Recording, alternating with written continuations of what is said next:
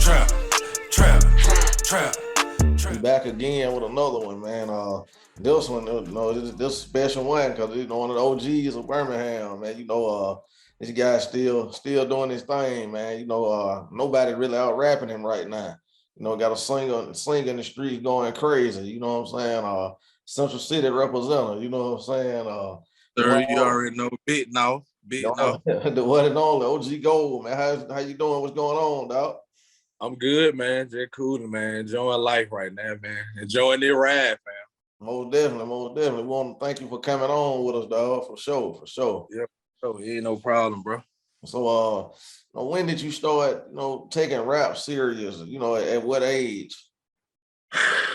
Man, I've been a music head. I know this shit, you hear this so much, though. You know what I'm saying? But I've been a music head all my life. Like, I'm talking about, I don't really just want to disclose my age, but fuck you, I'm like, I'm talking about I go back to listen to shit like 2 Live Crew, fam. You know what I'm saying? Yeah. So, but I think when I was probably like about 9, I was taking it serious, but I really didn't start really getting serious until I turned about 19. 19. Yeah, so like that's when I really, you be rapping and shit. Yeah. But it's like really saying, okay, did what I'm trying to do. You know what I'm saying? Probably not turned about 19 when I got out of high school. That's when I really started getting in the studio and just really started making songs and shit. You know what I'm saying? Like when I first jumped out there, I was with a group back in the day. We used to call ourselves the Hillbilly Boy. You know what I'm saying? Shout out to my boy Bird. Yeah. My nigga producer Z Calvin. My boy Big Willie. We call him Mr. Grit. So yeah, man, I was in a group called Hillbilly Boy. So like I had started doing shows and shit back then when I was young.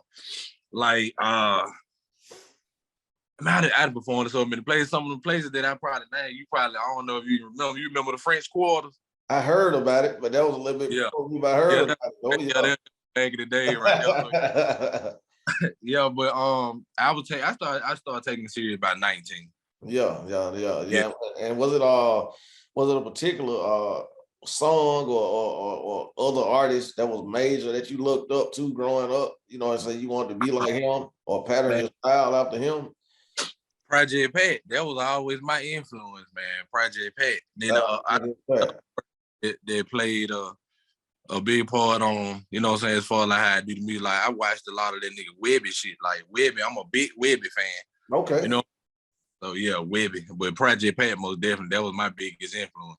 Okay, and speaking of Pat, man, we heard that you got a really close-knit relationship with Pat. How did that come about? How I met Pat, like I said, I was already a fan of his music, but I met Pat actually in Birmingham. Okay. And my partner Big Ed, it was Classic Weekend. It was I know you probably don't remember this other spot I'm finna say. It was off Tallapoosa. It was called Ease Lounge. You remember that? I definitely don't. Yeah, man. I was at Ease Lounge. You're like Classic Weekend. So when we go in the club, I tell my partner Big Ed, I'm like, damn, bro, that Project Pat over there, they had him in the VIP. They had it roped off and shit. You know what I'm saying? Right. So when security turned their head, shit, I just went up under the rope. You know what I'm saying? I went up under straight up and I stepped to him. I'm like, shit. I'm like, hey, what up, Pat? I like, man, my name Gold. I said, my nigga, I'm the hardest nigga in Birmingham. That's just what I told him. Yeah. So he started laughing. So when he started laughing, I looked nigga in the eyes. I'm like, nah, my nigga, I'm dead serious. I'm the hardest nigga in Birmingham. Yeah. So he was like, I feel you, home. I feel you. I was like, shit, bro. I said, I ain't trying to dick ride now. I said, but you mind if I get a picture with you? Like, yeah, shit. Got the picture. So I told him, I like, bro, I want to get on the song with you. You know what I'm saying? He like, shit, bet. So nigga gave me a number. So I'm like, okay, but it was so crazy. Once I got his number, it was another nigga in the club. He come up to me. Man, let me get Pat's number from you. I'm like, what, bro? You just get man number, you know what I'm saying? But yeah, man, long story short, goddamn, that was like on that Saturday. I say probably like a few days later, I was at work on my lunch break and shit. Now I was trying to make sure I had the nigga number, but I thought I lost that bitch. I'm like, damn. So I found a number. I hit him up. I'm like, shit, bro, I want to do a song with how much you gonna charge me for the feature? He like, shit, give me $1,500. I'm like, shit, okay, bet. You know what I'm saying? So shit, I get my partner to whip the beat up and shit. Z Cab, shout out to Z Cab. The first song I ever did with Pat, it was a song called "What You Know About That." Okay.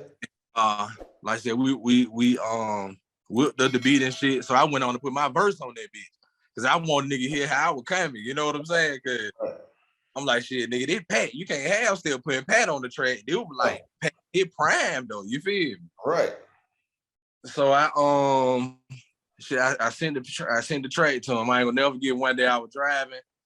I was headed to work. That nigga called my phone back, and he was like, "Man, this shit hard, homie." Like he rapped his verse to me over the phone. So I was like, "Damn." Like in my mind, I'm like, "Nigga, this Pat, what the fuck? Like this shit crazy." You feel me?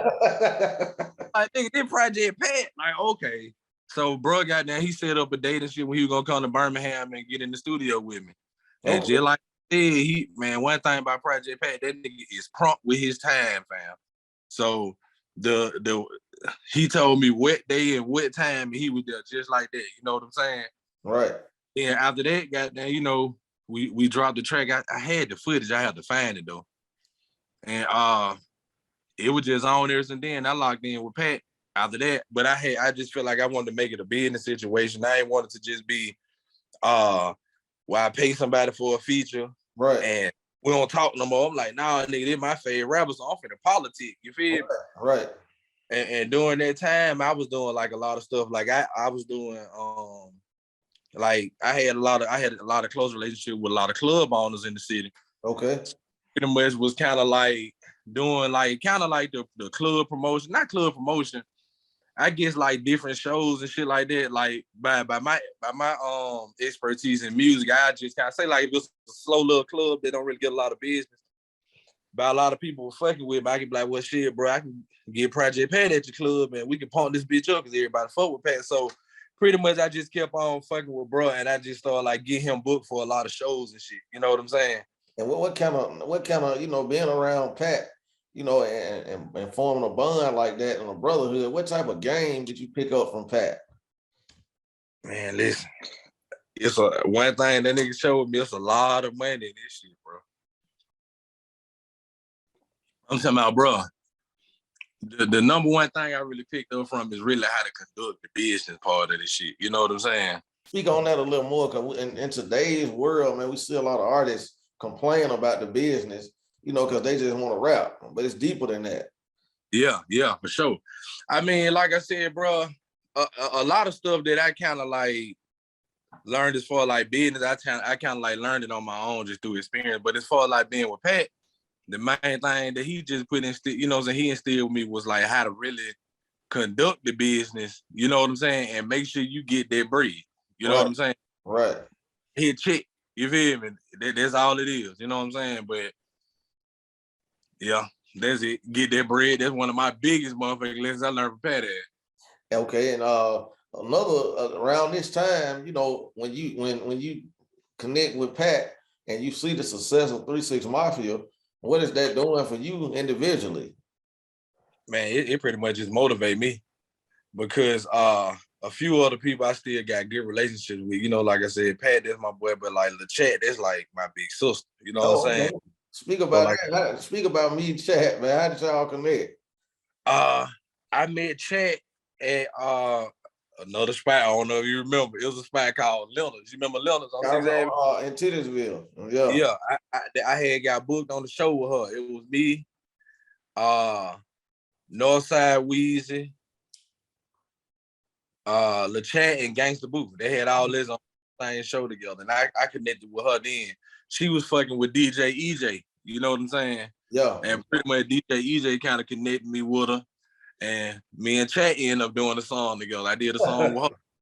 And like, man, Chat, let me tell you something. I don't want to get off the subject. But Yeah, go ahead. Yeah, go ahead. Hey, shout out to Chat. She just had a birthday too, man. Listen. Shout out to Lil Chat for sure. And Chat is realer than a lot of these niggas, dog. Like, let me tell you something. The Chat so real, bro. Like, that's a solid ass female, fam. She pretty much like a nigga in a female body. You dig what I'm saying? Yeah. She a real boss. You know what I'm saying? Like, she fucked with me the long way. I done did a lot of shit with Chat. Like, me and her have been on the road, like burning up, doing a lot of shit, bro. Yeah. Like me and Chat, like we did shows together, just me and her. You know what I'm saying? In South Carolina, she helped me get a following up there. Okay. And every year she had her birthday bash. Like she invite me to perform in her birthday bash. So she the one that kind of like brought me to Memphis. I performed in Forest City, Arkansas with her. Like we performed at several events together in Birmingham. Like Chad, that's my motherfucking dog right there, man. Like she a real one, fam. No cap, she a real one. Okay, and speaking of staying on that, I mean, at what point was it that you said that you wanted to really do this as a career? And you see being around mentors like Chad, Pat, you know what I'm saying? What type of, I guess you could say, did just watching them, did that inspire you to get your own thing going and speak on your label, creating your own label? Yeah, for sure. Hell yeah, definitely being right now. That shit really did make me want to pipe it up some more. And I had we started my label back in I think 2000. I looked at shit 2005, something like that. I think no, 2008. And my label called Diamond Life Entertainment. That's my soul. You know what I'm saying? Like that's my shit. Right. Me and my yeah. You know what I'm saying? But you speaking on SBE or you just saying Diamond Life period? Just Diamond Life period. And we gonna get okay, yeah. Yeah. Me and a few of my partners, we pretty much just got together and started the label and shit. But at this time we first started, like, bro, like we had a strong ass movement, fam. Like when we started that and throughout the city, we just kind of like showed about real unity. Cause shit always been so divided, you know what I'm saying? But like that entertainment, yeah. I had niggas from the South Side, I had niggas from Bessemer, niggas from West End, niggas from Ensley, niggas from the North Side. I'm talking about everywhere, bro, East Side, all that shit, fam. But everybody was on the one movement with Diamond Life Entertainment. Like, bro, we used to go shows. I'm talking about, I used to be like 50 deep going to shows, bro. Like, no cap. Man, I'm talking about, bro, like a lot of people that's really doing music now, I kind of like help them get a name, not trying to be on no, you know what I'm saying? Not trying to pop my shit or nothing, but I did help. That's facts. Yeah. You know what I'm saying? But niggas won't ever mention it, fam. Like, it's a lot of niggas I gave a chance to that a lot of niggas didn't, you know what I'm saying? People didn't know them. Like, I used to put on artist showcases and everything for people, bro. Like, you know what I'm saying? I just wanted to make Diamond Life Entertainment. It was just bigger than rap. You know what I'm saying? And like, speaking, not to cut you off, speaking on that, you know, why do you think that OG Gold don't get his flowers in the city?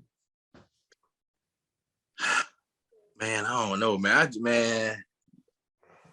I just feel like, I hate to say the crab and the bear mentality, bro, but I think some niggas just be scared to like just give a nigga his props, you know what I'm saying? Or salute another man when he doing some shit. Like, I'm big on that. If a nigga really, you know what I'm saying, doing something I know that shit popping, bro, like, I'm gonna salute that shit. You know what I'm saying? Most definitely. It's just the culture, bro. It's just niggas in our city. It's just hard for them to do that, bro. Everybody just not cut like that. Yeah, most definitely. It's hard to give another man props, my nigga, to feel like they not dick riding. You know what I'm saying? Like, bro, that don't mean you dick riding because you salute a nigga on what he doing. Right. That's the problem. And at some point in your career, you relocated to Atlanta. What was the reasoning for relocating to Atlanta? Well, music did play a part in it, but how I really ended up in Atlanta at the time, my wife, her job, it was relocating. You know what I'm saying? Because I ain't gonna lie, bro. Like, I always been a nigga, like, regardless of what, like, I'ma still work because I still got a family to take care of. You know what I'm saying? Fact. So until this shit pop off, But anyway, my wife, she fucking around, had to relocate to Atlanta, and it just pretty much worked out in our favor. You know what I'm saying? So that I really ended up there, but I kind of like got a lot of motion in Atlanta too. That's what I'm about to speak on. You know, moving to Atlanta. You know, who and what did you learn, or who did you meet down there that you still, you know, cultivate relationships with today? You ever heard of the producer Mook Tobin, who made that little Hot Boy? Yeah. Like Mook, like that was my right hand man when I was in Atlanta. Like, no cap. he made a lot of my he made a lot of my early stuff, you know what I'm saying? So there's one person that I did have a real meaningful relationship with when I was down there. But you know, like I said, I mean, I met a lot of people down there as far like in the industry just fucking with Project Pat. Yeah. Cause like pop up in Atlanta, like he gonna have me with him. You know what I'm saying? So right. I in the back room where like he had to do a show for Mike Will. Mike Will had put on a concert at this place called the West Terminal. It was called West Terminal in Atlanta. And hold on, you know they got that not Atlanta shit. So let me make sure that you feel me, it's in the city limits. Yeah. And the interview like, man, that shit is not Atlanta. So you know. Yeah. But yeah, man. And he, you know what I'm saying, basically what Mike Will did, he invited all the artists out that he had made beats for. Okay. You remember when he had for Future, I think it was called Shit. You know what I'm talking about? Yeah. So he invited everybody out because I ain't know what that many versions of. Like I got a chance to chop it up with 2 Chainz, Cap One, Mike Will made it. Tip was in that bitch. Jeezy was in that bitch. Who else came in that motherfucker? Did I say Migos? I think Migos was in that bitch. Like Pat always kept me around a lot of important people. You know what I'm saying? Yeah. But yeah, man. But Moot Tobin was like really one of my biggest, you know what I'm saying, situation when I was in the 8. Cause like I said before, like Moot Tobin popping right now, bro. Like he done did shit, the Hot Boy with Lil Bam, that shit and took off too. But he done produced shit for Pee Wee Longway. Yeah. He did Pee Wee Longway and Money Man mixtape. So Moot got it, you know what I'm saying? He done put in his work, but I was with this nigga when then nobody know who Moot was. You feel me? And being with him, you know, how's it, you know, how's the relationship today? How's it been today? If oh man, fuck that, it's all good. Like, hey, let me tell you, shit like this, I be loving to do shit like this because sometimes the story had to be told. You know what I'm saying? Yeah, most definitely. Ain't no bad blood. You feel me? Right, but right.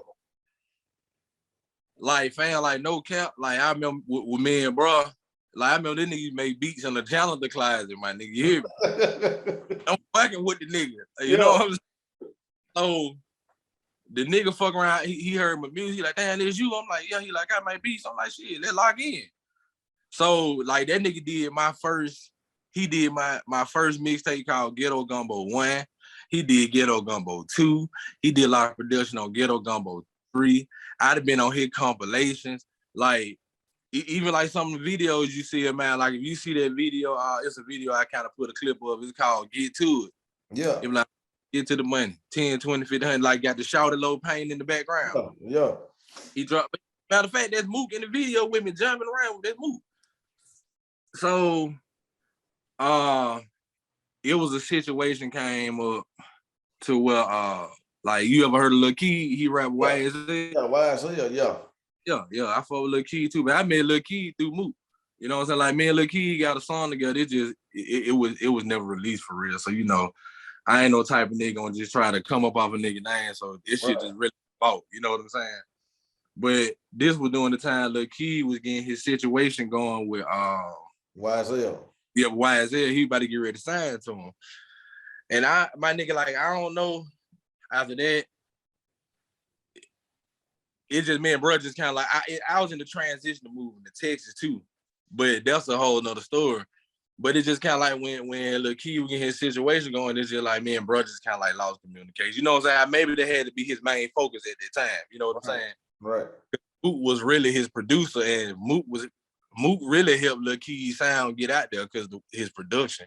But you know, I don't know if it was a situation where bro had to just focus on Lil Key more, and I just didn't become a priority. We just grew distant, bro. That's all it was, man. Like it ain't no bad blood though. Like I done reached out to him, we didn't talk. You know what I'm saying? He'll shoot some beats here now and then, but we just lost touch out that Lil Key situation though. Honestly.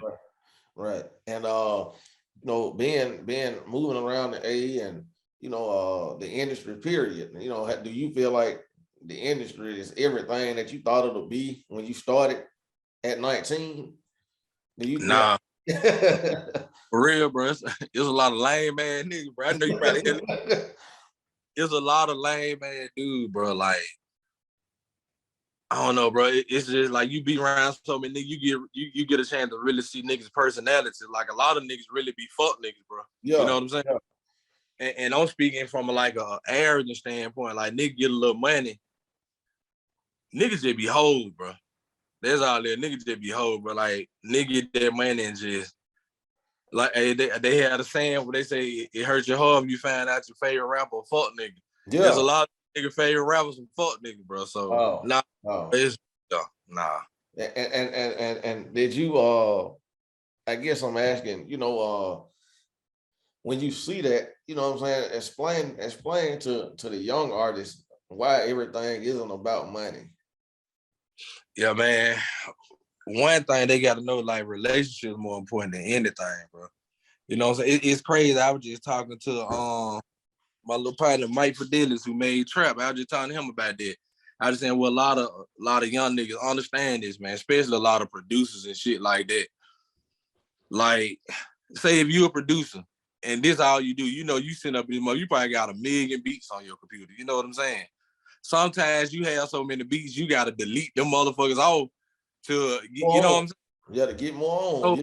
Right. So it ain't now with shooting a few of them bitches to a nigga, man, without everything having to be about money. I understand we got to eat, you know what I'm saying? But like, let's build some shit too. You know what I'm saying? Like that I was saying, like with the past situation, I'm the type, I don't want to just give a nigga no money and that's it. Like shit, let's build something, bro. You know what I'm saying? So a lot of young niggas, especially young and up and coming producers, like before I got this campaign going, you know what I'm saying, that I'm on, and this pertains to what we're saying. Right. Out to a lot of producers, up and coming producers, like shit, fuck with me, bro. Like let me shit. But I'll tell niggas send me snippets. I'm gonna pay for the motherfucker. I'm like, shit, send me the snippets. Let me check out your beats. Niggas would leave me on red. I'm explaining to them the situation that you know what I'm saying, that I got going because I had stopped doing music for a minute, but the situation that's going, I had to get back on my shit. You know what I'm saying? I know where it's going, but I'm telling niggas and they ignoring what I'm saying. And the first nigga to reach out was some niggas from Memphis. You know what I'm saying? They called this Beats by Bogus. But let me tell you something. I'm telling these boys, let me check out a snippet. These boys went to just send the beats for me to just rap on. You feel? Yeah. So I'm like, man, niggas from a whole nother city fucking with a nigga, man. And the little dude, Mike Fidelis, who came over Trap, you know what I'm saying? We shot with that nigga, but we built their relationship with him. And I told the home, I said, bro, I appreciate that. Like, what I'm finna do, I'm finna take your shit to the next level, bro. You know what I'm saying? And that's what I'm in the process of Trap right now. But like I said, that's my biggest point of advice I give a young nigga, man. Make big in a relationship. Don't let everything be about money. Because sometimes you have to just take a sacrifice on some shit and it pay off in the long run. You know what I'm saying? Right. And so, fast forward, like we saying, going into this, Dallas, Texas. Speak about moving to Dallas, Texas, and the way that your music, as far as the music world, sonically it opened up for you. Speak on moving to Dallas. Okay. First of all, man, I love Texas, man. Texas is a beautiful place, my nigga. But as far as the music out here, like when I came out here, I really didn't know nobody. It was just a move. And at the time, I ain't understand it, you know what I'm saying? But I see now it really was a God move because I just feel like I had to come out here to get away from everything that I was around in Atlanta and Birmingham. You know what I'm saying? He put me in an uncomfortable spot where I'm not around nobody. I guess in order to just really give me the blessing that I had already been chasing. You know what I'm saying? Right. How I end up getting emotion out here, my partner named Phil, he had just came home from doing the bid and shit. That's why, so I'm fucking with SBE, Shea Back ENT. And he running it down to him what he really trying to do, because during this time, I was like, man, I ain't doing music. You know what I'm saying? And he had some artists, but then it ended up just being him once he came home. And pretty much the shit he was telling me, like, I'm like, bro, all right, bet. We jump back in this shit. And he the one tapped us in with Hardbody Kiotti. Right. And like Phil made that connection, you know what I'm saying? So when we tapped in with Hardbody Kiotti, ever since then, like shit been going up. You know what I'm saying? Speak on working with a Houston. Shout out to Hardbody Kiotti, Houston legend, man. Speak on working with a legend such as Kiotti, man, and how that impacted your career. Oh man, being around Kiotti, it really, now that's where it come in teaching me about the business side. You know what I'm saying? And just pretty much the importance of relationships even more. Like he big on this shit talking about relationships. You know what I'm saying? So just being around Kiotti, it's like he showed me another side of it too, like for like the business, but to show you how this shit really is. You know what I'm saying? But you know, cause he'd had me on the radio, he'd had me out these different clubs, he'd breaking my record and all that type of shit. But the one big thing Kiotti did do is the position that I'm in now. He made that happen. You know what I'm saying? And it's a call he had to make, and the call he had to make, he put us in position. So now that's why this shit like it's just, you know what I'm saying? So, and is he like business partner or a mentor, or what's the relationship? yeah, it's more like a business partner. You know what I'm saying? But that's my boy though. You know what I'm saying? We didn't do a brotherhood off a business relationship. You feel me? So I fuck with Keith a long way. He fuck with me. He called, I called. I pull up in Houston on where he is. So yeah, like that's my people. You know what I'm saying? So, but he got his hand in my campaign also. Right. You know what I'm saying? So he playing a vital part. Like he directed my video trap. Okay. He the one got a little do-rag for us and everything. So like he play a big part in what's going on. Like he the one that picked out the trap record to be the single. Oh, okay. Okay.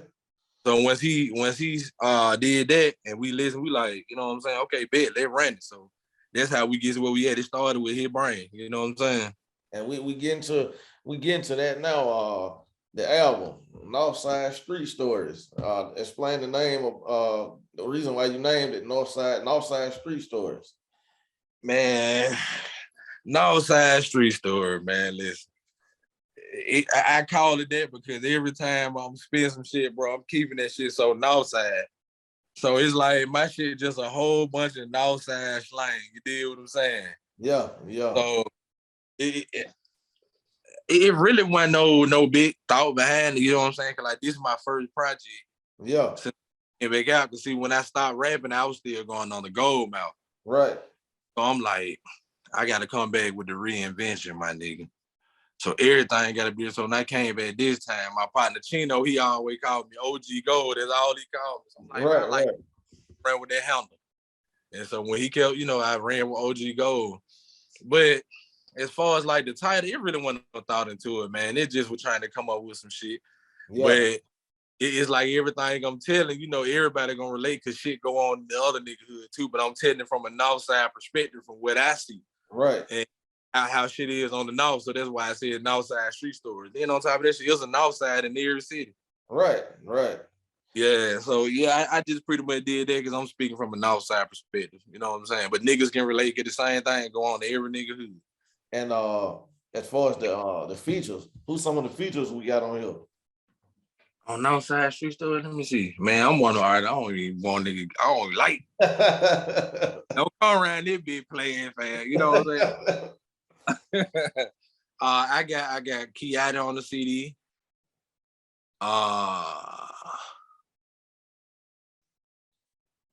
Kiotti might be my only feature. Then hold on, damn, I might have to look up the track list. Let me see.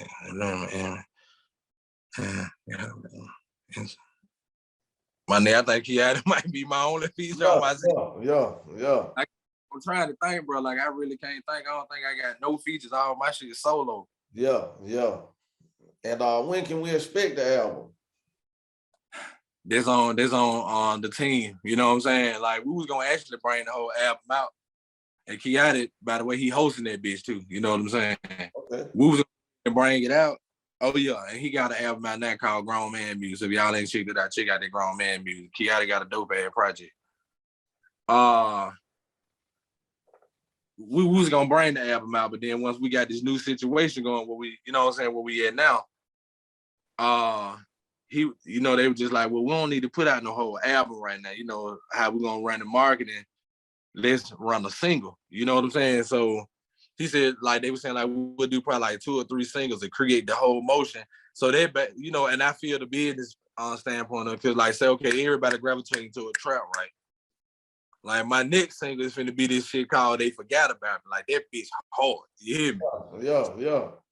When they hear you finna goddamn bring, you know, you come with another banger. Then by the time I come with that third single, that's a banger. It's like, okay, damn, we sold on this nigga. So yeah, that's when you put the album out on there, because they gonna gravitate towards your shit. Because you been dropping them the heat. So a lot of people probably don't, like, you know how, you know, we from Birmingham. yeah. We all, you know how we always thought when you see a nigga putting out this video, we be like, damn, that nigga working. That nigga putting out a lot of shit. Yeah, that's not really work. Right. Yeah. So that's like that's the backwards part of it. Like, they want you to, you should work a single. Push that shit. Push. Because all it takes is one song. You know what I'm saying? But your budget got to be right. Right. So that's the point. Like, I'm learning that now. So, like, that's why everywhere you look at, you're going to see trap. Trap is promotion, man. I'm talking about the campaign is so crazy. The marketing that we got going behind it, bro. It's like everybody's working on my campaign. Like, you go ahead. Not to cut you off. And speaking of that, you know, I saw PRE's DJ Rocksteady. I seen him pushing it, man. How was that to see somebody from a major label, a major independent label pushing it like that, man? How did that make you feel? Listen, fam, when I tell you this, like, even right now, the ride that I'm on with it, bro, this shit it's surreal, fam. Like, my nigga, this shit is unbelievable. What I'm saying, when I saw that, you know, because I was a big dog fan, you know what I'm saying? And believe it or not, like, DJ Rocksteady, he one of the people that's behind my campaign also. Yeah. You know what I'm saying? Like, with the promotion company and the people that we with right now, all these folks tied in together, man. So seeing that shit, and that was inside of the FedEx Forum. They were just having a little event in there. You know what I'm saying? Okay. So, man, like, that shit made me feel good to see that right there. You know what I'm saying? So, yeah, man, it's like, this shit crazy, bro. Like, but the business side of it, like, I'm learning a lot about it because I'm seeing shit that I never saw. Like, the shit I thought I was doing right, I wasn't. You know what I'm saying? It pretty much was like a trial and error run for me, but it's like now everything is about the business now. You know what I'm saying? And do you think that the young niggas in the city, do you think they kind of like stay away from OG Gold because they intimidated by the bars, or you know, they don't want the game that you might have to give? I'm gonna be for real with you. I don't even want them nigga around me. They can stay with the fuck they head for real. Like, I fuck with a few young niggas. Yeah. You got, your mind got to be right, man. Like, I'm the type of nigga, bro. I don't like being around no bullshit if I don't have to. You know what I'm saying? Yeah. But a lot of young cats, they probably, but they ain't gonna listen. So I don't really have time to try to talk if they not gonna listen. You know what I'm saying? Like, I got my eyes on a few young cats. I said they don't know it though. You know what I'm saying? But I'm just watching how they move. You know what I'm saying? Yeah. I think, and sometimes, the bars might intimidate these niggas. I don't give a fuck. Anybody get this smoke on the mic now. Yeah. And you know, being in Birmingham, you know, I'm sure it's out in Dallas too, but we have a lot of violence going on, man. Well, speak on the violence and you know, and conflict resolution. I think that's important. Speak on being able to resolve conflict without violence. Man, that shit's sad, first of all, bro. I just think, man, the internet got this shit fucked up, bro. Everybody want to be tough. You know what I'm saying? Like, it's okay sometimes to squash beef, my nigga. Like, I feel like sometimes shit don't even be that serious. Right. You know what I'm saying? Niggas have misunderstandings, but I feel like if it just went those situations to where a nigga had to shoot it out or fight some words, my nigga, bro, let's squash this shit, bro. But it be egos, fam. A lot of people, they don't believe in squashing beef. That's what I'm saying. Like, if you squash beef, they got a perception that they make you soft. You know what I'm saying? They don't make you soft, bro. Like, my thing, I always say with a lot of these young niggas that's doing this killing, I don't think they've been to enough funerals. You know what I'm saying? Or these either, I remember T.I. used to do this shit on the show back in the day. Like, when these niggas be doing shit, he'll take them to the funeral home. Right. and you take them to the funeral home and let them see the body in rare form. We ain't talking about with the suit and clothes on. We talking about out the freezer. Fucked up. I don't really need to see like this the type of this how this shit end. You know what I'm saying? Right. Cause it's crazy, bro. Like the violence level, that shit is ridiculous, bro. Like I ain't lying, man. You got to smooth in our city, bro. Yeah, it's rough, man. And you know, being in the music industry, you know, what's your thoughts on, you know, internet beef? You know, we see a lot of it today, clout chasing and all this type of shit. You know, speak on the internet beef. There'll be a lot of clownery, man. You know, that shit really be fun. I ain't gonna lie, I be watching that shit. I don't ever say nothing, but I be watching. Yeah. This shit really just came in, bro. I guess that's their way of letting nigga know. If you can't get to him face to face, go live and talk about it on the internet. We know you're gonna see it then. So I guess that's a new way to. I mean, I can't think of no other way.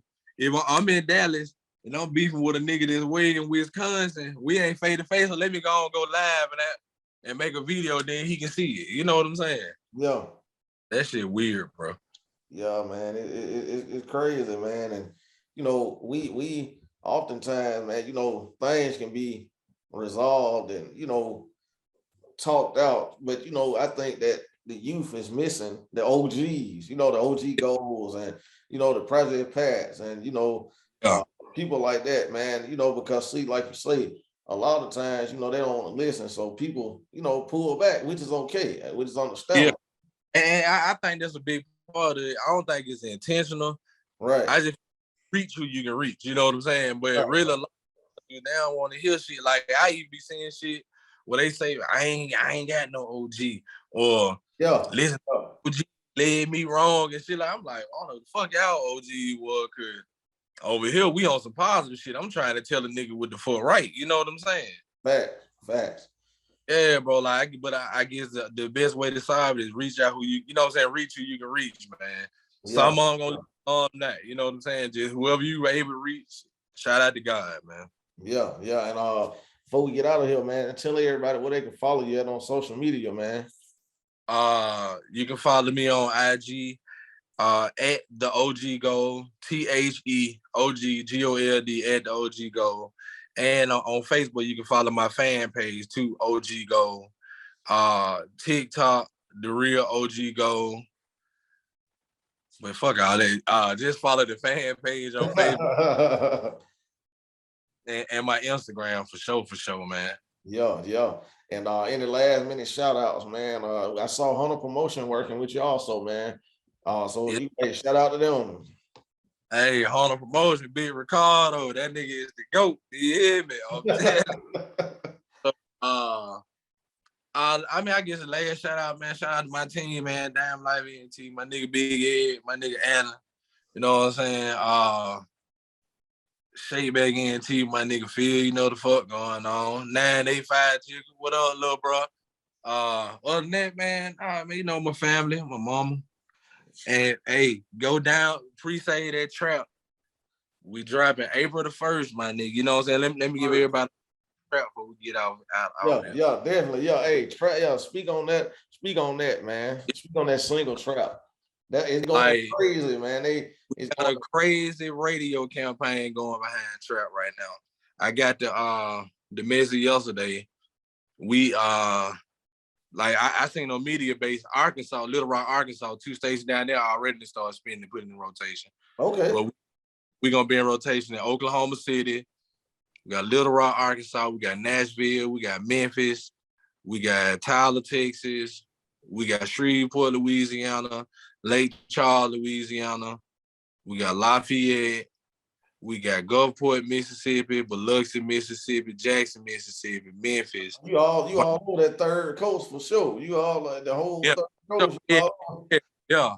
And we got Birmingham, Huntsville. So Huntsville just accepted the record. We started spinning this weekend in Tyler, Texas, on Shade 45 XM radio. We started spinning in where else? I think Shreveport. I think we started spinning in Lake Charles. I keep everybody updated, but like this shit going crazy, bro. You know what I'm saying? And you gotta send me the record, man. You gotta send me the I record. got you. Yeah, for sure, man. Then like if you could change hit that pre-save link too for me, man. I got you.